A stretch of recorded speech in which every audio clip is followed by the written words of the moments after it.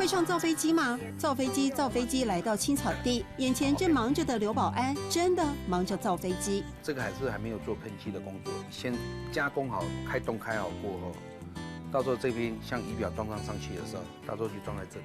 当你飞行的时候，你可以监测到你的整台飞机的性能。为了圆飞行梦，刘保安到国外受训，学开飞机，考维修执照。维修棚里的轻航机组装、检查、维修，他可以一人搞定。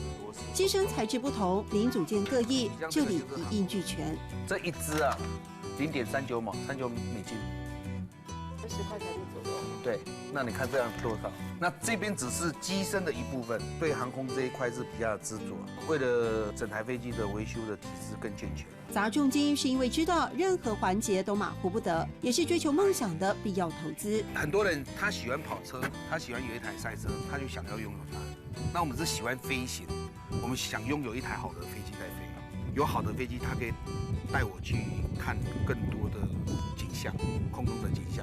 都说性格决定命运，刘保安从国外飞行经验中的真实体会，是视野高度决定人生风景。这是我师父留给我的一句话，他又说，其实飞轻航机是飞一辈子，不是飞短暂。只有一句话，执着了，真的是执着。但现实是，轻航机碍于法令不能合法飞行，最多只能做地面滑行测试，上记号胶、机械设定确认完毕。准备好吗？准备好了，你都出发了。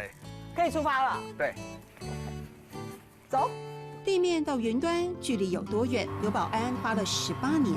童谣里唱的“飞上去，飞上去，飞到白云里”，只能万事俱备，油欠东风。准备好嘛？走得出发咯！准备好嘛？走得出发咯！